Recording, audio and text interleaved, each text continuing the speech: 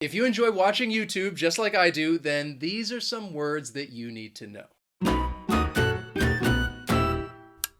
Hey everyone, my name is Wes from interactiveenglishvideos.com, and the channel, it's all about helping you practice and improve your English skills. And today I want to help you build your vocabulary because I think many of us, we like to watch YouTube. So I want to teach you some very common and useful words that are related to YouTube, and that if you watch YouTube quite often, you are probably going to hear many of these words. So let's start with something very, very simple, very easy. So when you are on YouTube, of course, you see many different images and pictures that represent the video. Those are called thumbnails. This is a word that you've probably heard before if you spend a lot of time on YouTube, that you see those small images, they're just called thumbnails. And people try to design and create these amazing thumbnails in order to capture people's attention. And that really brings me to my next word, which is clickbait. So this is a word that really it was not around before we started using the internet. And this word comes from, well, the words click plus bait. So to click on something just means that you are pressing on some image or link because you want to see or find out some more information about it. Now, bait is, well, it makes me think of fishing, that you use bait in order to catch a fish. And in this case, clickbait, you are using something enticing, a title or even a thumbnail, in order to get somebody to click on this. You're trying to lure people in, even though it may not be an accurate representation of what the video is about. So let me give you some examples, because even interactive English, I'm guilty of a little bit, I'd say mild clickbait. So look at this image right here. This is a thumbnail from a video that I did a while back. 10 adjectives to help you sound smarter. So you could say that this is, this is a little bit of mild clickbait. Now, I could say 10 advanced adjectives. That's exactly what it's about. But to say to help you sound smarter, it just maybe captures your attention a bit more. Now, some people may not be happy with this because they think that I'm implying that if you don't learn these adjectives and if you don't use them, then you're just not going to sound smart. And of course, that is absolutely not true. So this I would classify as like mild clickbait. To give you an example of what I would consider extreme clickbait would be, what if I create a thumbnail like this? And the title of my video is Learn English with Me, I'll give you my phone number. And you see that thumbnail and think, oh, okay, that's great. I want to practice my English. I'm going to click on this and watch the video. And then the video appears and you see me and you think, wait a second, this is not what I wanted. This is not what I expected. And that would be an example of something that is really true and genuine clickbait, when you are using the title and the thumbnail in a way that is a bit misleading. It's something that's outrageous, really just to get people's attention and make them click on the link and watch the video. Then we have the phrase to go viral. And this refers to a video that becomes very popular and spreads quickly. Now, often you may hear it used in the present perfect, and somebody's talking about a video that has gone viral. It's spreading quickly. It's becoming very popular. This is very different than thinking about another virus that your computer could get. If your computer gets a virus, that's a bad thing. But if you're talking about a video that has gone viral, then, well, that is a great thing, because that way you are reaching more people. And that is another reason why some people try to use clickbait in their titles and their thumbnails, because perhaps they're hoping that the video, it's going to help it go viral. Next, we have the word troll, and this is a great word. I like it, even though it's not a good thing, because a troll is a person who likes to start arguments in the comments. So down below most videos, practically all of them, there is a comment section where you can respond to what you just saw. And you can write messages to, well, just give your thoughts and opinions about the video, or you can say something directly to the creator. And a troll would just be somebody who says things that are kind of a bit controversial because they're trying to start an argument, mostly with the other people who are watching the video. And I think the other thing about a troll is often this person may not even believe the thing that they're saying. They're really just trying to upset other people, make them angry, and just start an argument. And usually they're because of that, they're not saying anything very constructive. They're maybe making personal attacks, and you could say that this person is a troll. It happens on Interactive English from time to time. We get comments from people who I would consider trolls, and mostly they're just personal attacks against me. Let me give you some examples. Why do you speak so slow? Are you retarded? You're a dickhead. You're stupid. Now, sometimes I can't help but respond because it does get a little annoying. So like for example, that last one, I responded and said, "You're stupid. Keep practicing." Do you get that? Because they did not make it a contraction. You are stupid. So, and I was, in a way, I was just trying to help them out. Now, this a troll is different from the next word, which is a hater. And if you say that someone is a hater, you're talking about a person that just all they say is really just negative things about a video and about the content. And the reason I say it's different from a troll is because a hater really, this is their true belief. It is their opinion. Typically, a hater is not going to attack someone personally. They're just going to say, "Oh, I just don't like this video. I think it was terrible." So for example, if somebody was a hater on our channel, maybe they say that the explanations that I'm giving are not very good, or they say the words that I choose to teach you are just terrible choices. And they just have a negative opinion about the video.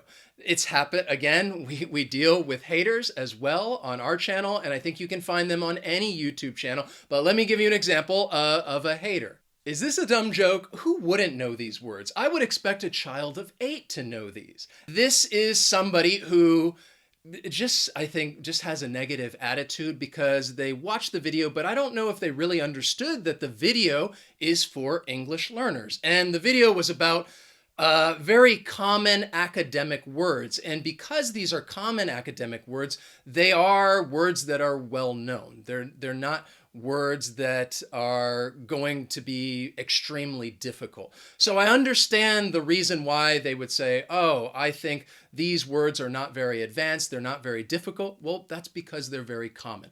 But I really don't think an 8-year-old would know some of those words. But again, this is this person's opinion. I really do think that they believe that those words were way too easy, and you could just say they were just hating on that video. One thing about YouTube I would say is that as a creator, somebody who has been on YouTube for a little over 3 years now, you really just have to ignore haters and trolls and not pay attention to them, because those are not the people that I want to reach.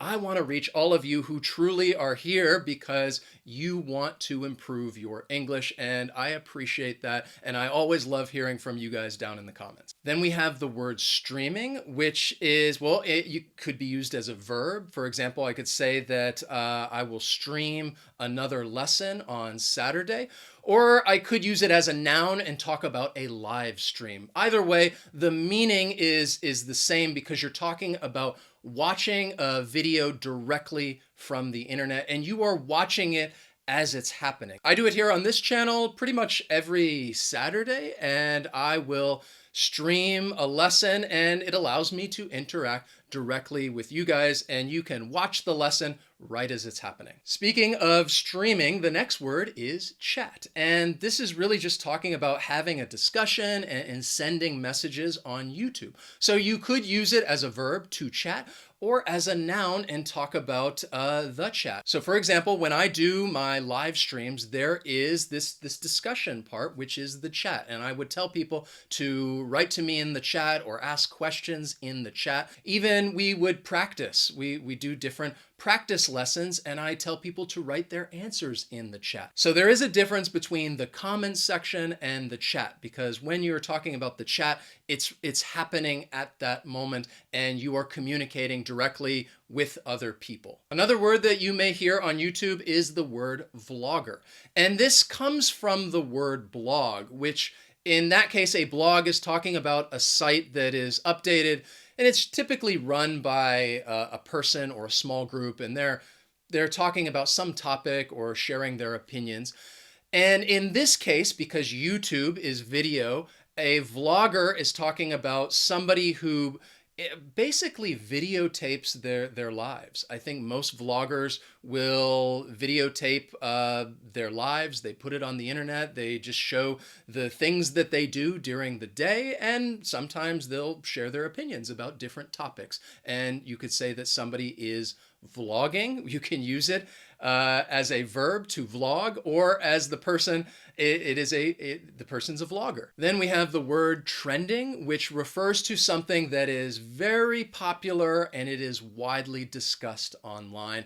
And often I think you would use this word in the continuous tense, and you would talk about some video that is trending, or people might ask, what's trending? And I don't think we've ever really had any of our videos really start trending and go viral. We've had some popular lessons, but nothing that has really just taken off. But if something is really becomes popular and becomes popular quickly, you could say that that video is probably trending. Then we have the word influencer, which refers to just a person that has a lot of influence over their audience. Often it's used in the context of marketing, because a lot of times people will ask influencers to promote a product or service. I don't really consider myself an influencer. I guess maybe a little bit. It's a little strange, because I know that's a word that's directly related to YouTube and social media.